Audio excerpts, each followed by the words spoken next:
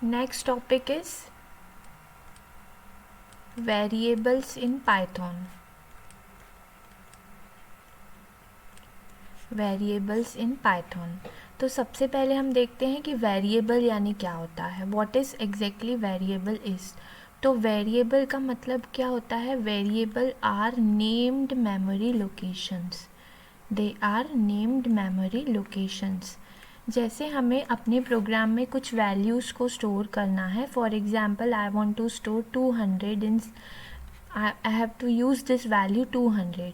तो मैं क्या करूँगी, ये जो 200 है इसे मुझे कहीं ना कहीं स्टोर करना पड़ेगा। तो इसके लिए मैं क्या करूँगी, मुझे चाहिए एक मेमोरी लोकेशन।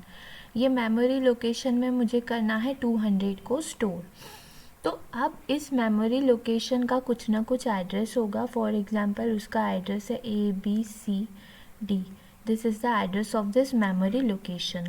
तो अब ये एड्रेस, अब अगर मैं कुछ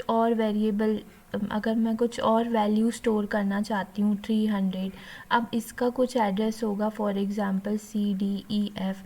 तो अब ये एड्रेसेस को मैं याद करना पड़ेगा। तो विदाउट रिमेंबरिंग दिस एड्रेस हमारे पास है वेरिएबल्स। यानी हम क्या करते हैं, इन मेमोरी लोकेशंस को कुछ ना कुछ नाम दे देते हैं।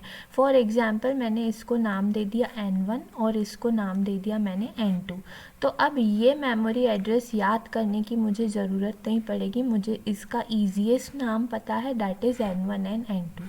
तो वेरिएबल्स किसी भी प्रोग्रामिंग लैंग्वेज में इसीलिए यूज़ होते हैं ताकि हम उन मेमोरी लोकेशंस को कुछ नाम दे सकें और ताकि हम उनको इजीली रिमेंबर कर सकें। तो variables are the named memory locations which are used to store some values. Now अब किसी भी, अगर हम C की बात करें, C++ की बात करें, जावा की बात करें, तो इस टाइप की प्रोग्रामिंग लैंग्वेजेस में जब हम वेरिएबल बनाते हैं तो हमें लिखना पड़ता है इंटीजर N1 कॉमा N2। इस तरीके से हमें क्या करना पड़ता है, जिस भी टाइप का वेरिएबल हमें चाहिए हमें वो डेटा टाइप को स्पेसिफाई करना पड़ता है कि हमें इंटीजर टाइप का डेटा चाहिए या फ्लोट टाइप का डेटा चाहिए। तो these are the data types. लेकिन पाइथन में सबसे अच्छी चीज़ ये है कि पाइथन में there is no need to use data types, no need to declare a variable. Variable को डिक्लेयर करने की ज़रूरत नहीं है। जैसे ही मैंने लिख लिया N1 इज इक्वल्स टू 200, तो ऑटोमेटिकली N1 जो है ये इंटीजर टाइप का वेरिएबल खुद ही क्रिएट हो जाएगा। मतलब यहाँ पे मुझे डेटा टाइप बताने की ज़रूरत नहीं पड़ेगी कि ये N1 जो है ये इंटीजर टाइप का है या फ्लोट टाइप का है। अगर मैंने for example N2 is equals to लिया 500.23, तो इस समय ये जो N2 है it will be automatically set as a float. इसका जो डेटा टाइप है ये खुद ही फ्लोट हो जाएगा internally. So the main advantage of Python is what, there is no need to declare a variable, you just assign a value to a variable and the data type will be automatically set. For example मैंने लिया एक str is equals to, for example लिया मैंने Python, तो automatically ये str1 ले लेते हैं। str हम इसलिए नहीं ले सकते क्योंकि ये इनबिल्ट नेम है। तो str1 जैसे ही मैंने लिया इक्वल्स टू पाइथन, तो यहाँ पे ये जो है ऑटोमेटिकली स्ट्रिंग टाइप का सेट हो जाएगा। तो this are the way to use variables in a Python. तो हम लोग एक बार एग्जाम्पल के थ्रू देख लेते हैं। फॉर एग्जाम्पल मैंने आइडियली ओपन किया है।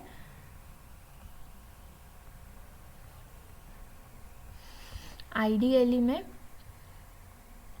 सबसे पहले यहाँ पे मैं लिख रही हूँ a इज इक्वल्स टू 100 और यहाँ पे मैंने लिखा प्रिंट ऑफ a। तो यहाँ पे जैसे ही मैं प्रिंट ऑफ a पे क्लिक करूँगी तो आप देख सकते हैं कि यहाँ पे a जो है ये ऑटोमेटिकली इनिशियलाइज हो गया है और ये जो है इंटीजर टाइप का है क्योंकि यहाँ पे हमने 100 लिया है। अगर मुझे data type of the variable check करना है तो मैं क्या कर सकती हूँ, data type of the variable check करने के लिए मैं यूज़ करूँगी टाइप फंक्शन। अगर मैंने यहाँ पे टाइप ऑफ ए दिया है तो यहाँ पे आप देख सकते हो क्लास इंट, यानी यहाँ पे हर डेटा टाइप जो है एक क्लास है। तो यहाँ पे ये जो ए है वो बिलोंग कर रहा है इंट टाइप से। वैसे ही अगर फॉर एग्जांपल मैंने लिया n2 is equals to n1 is equals to 20.7 और यहाँ पे मैं लिख रही हूँ टाइप ऑफ n1, तो यहाँ पे आप देखेंगे कि जो टाइप है दिस टाइप इज फ्लोट, तो the data type of the variable will be automatically set by the Python whenever you are initializing any variable with a value। तो कभी भी वेरिएबल बनाने के लिए हमें क्या करना पड़ेगा, वैल्यू से इनिशियलाइज करना पड़ेगा। नेक्स्ट, अब यहाँ पे हम क्या कर सकते हैं, इंडिविजुअली वैल्यूज़ को भी असाइन कर सकते हैं या फिर हम क्या कर सकते हैं, 2 या 3 वेरिएबल की वैल्यू एक साथ भी सेट कर सकते हैं। फॉर एग्जांपल मैंने लिया a, b, c। यहाँ पे a, b, c मैं ले रही हूँ 100, 200, 300। तो this is an example of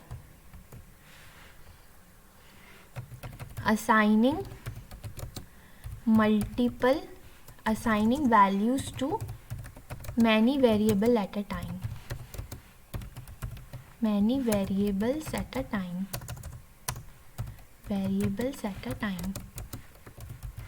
so यहाँ पे क्या होगा, a की वैल्यू 100, b की वैल्यू 200 और c की वैल्यू 300 ऑटोमेटिकली सेट हो जाएगी। मतलब एक ही लाइन में हम क्या कर सकते हैं, वैल्यूज़ को इनिशियलाइज कर सकते हैं। अब जैसे फॉर एग्जांपल मैंने लिया प्रिंट ए, तो आप देखेंगे 100, प्रिंट बी लिया तो 200 एंड प्रिंट सी लिया तो यहाँ पे आप देख सकते हैं 300। फॉर एग्जांपल ये तीनों लाइन को मुझे एक ही इसमें एग्जीक्यूट करना है, तो मैं यहाँ पे लिख सकती हूँ print of A semicolon print B semicolon print C. तो हम लोग क्या कर सकते हैं, एक ही स्टेटमेंट एक ही लाइन में 3 स्टेटमेंट्स को लिख सकते हैं, बस यहाँ पे हमें सेमीकोलन लेने की ज़रूरत है। तो जैसे ही मैंने एंटर किया 100, 200 एंड 300 ये यहाँ पे प्रिंट हो रहा है। तो a, b, c is equals to 100, 200 and 300 एक साथ हम इसको वैल्यूज़ को असाइन कर सकते हैं। अब ज़रूरी नहीं है कि एक ही डेटा टाइप की वैल्यूज़ को हम एक लाइन में असाइन कर सकते हैं। अब यहाँ पे मैं क्या कर रही हूँ, a, b, c is equals to, अब मैंने फर्स्ट वैल्यू को लिया 100, सेकेंड वैल्यू को मैंने लिया 20.6, थर्ड वैल्यू को मैंने लिया स्ट्रिंग डेटा, थर्ड मैं इसको फिर से ले रही हूँ यहाँ पे, थर्ड वैल्यू को मैंने लिया पाइथन। मतलब फर्स्ट जो वैल्यू है that is integer type, second value is float type and third value is string type.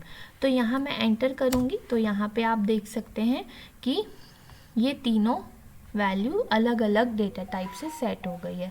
अब यहाँ पे मैं फिर से प्रिंट a, b, c कर रही हूँ।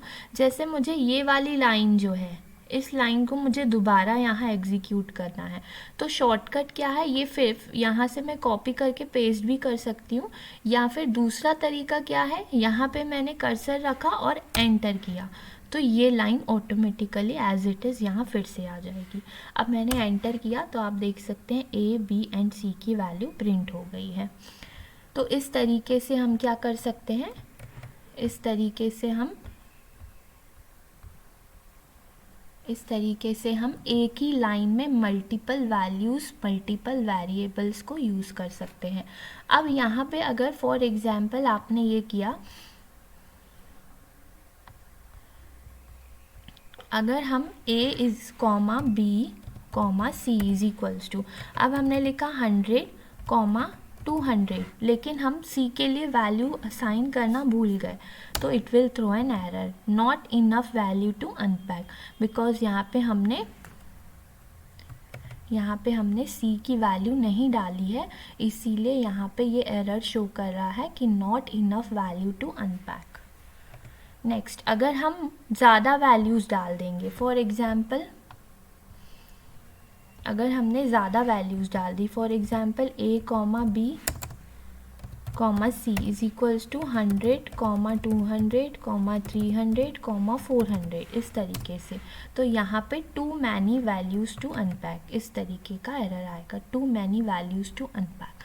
सो जितने भी वेरिएबल्स आप यूज़ करोगे आपको उतना ही ये लेना है, वैल्यूज़ लेना है। तो इस तरीके से हम क्या कर सकते हैं, मल्टीपल वैल्यूज़ एक साथ कर सकते हैं। अब फॉर एग्ज़ाम्पल दूसरी चीज़ क्या है, अगर मुझे क्या करना है, मुझे ये करना है कि ए बी एंड सी में सेम वैल्यूज़ होनी चाहिए, सेम वैल्यू से इनिशियलाइज़ करना है। तो मैं सिंगल वैल्यू को मल्टीपल वेरिएबल्स में ले सकती हूँ। For example a is equals to b is equals to c is equals to 100। तो यहाँ पे ए बी एंड सी की वैल्यू मैंने एक साथ सेट कर दी। तो यहाँ पे है assigning single value to a variable to multiple variable, single value to multiple variable। so multiple variables में जब हमको सेम वैल्यू को इनिशियलाइज करना है तो हम लिखेंगे a is equals to b is equals to c is equals to 100। यहाँ से आप देख सकते हैं इस तरीके से। अब वापस मैं क्या करती हूँ, फिर से ये प्रिंट करते हैं, print a comma B comma C. जैसे ही मैंने एंटर किया तो यहाँ पे आप देख सकते हैं 100, 100 एंड 100। तो ए बी एंड सी तीनों की वैल्यू हो चुकी है 100, 100 एंड 100। तो इस तरीके से हम क्या कर सकते हैं, वैल्यूज़ जो है सेम वैल्यू जो है मतलब एक ही वैल्यू हम मल्टीपल वेरिएबल्स को असाइन कर सकते हैं, या फिर अलग अलग वैल्यूज़ हम एक साथ एक लाइन में अलग अलग वेरिएबल को असाइन कर सकते हैं। तो this is about variables in Python.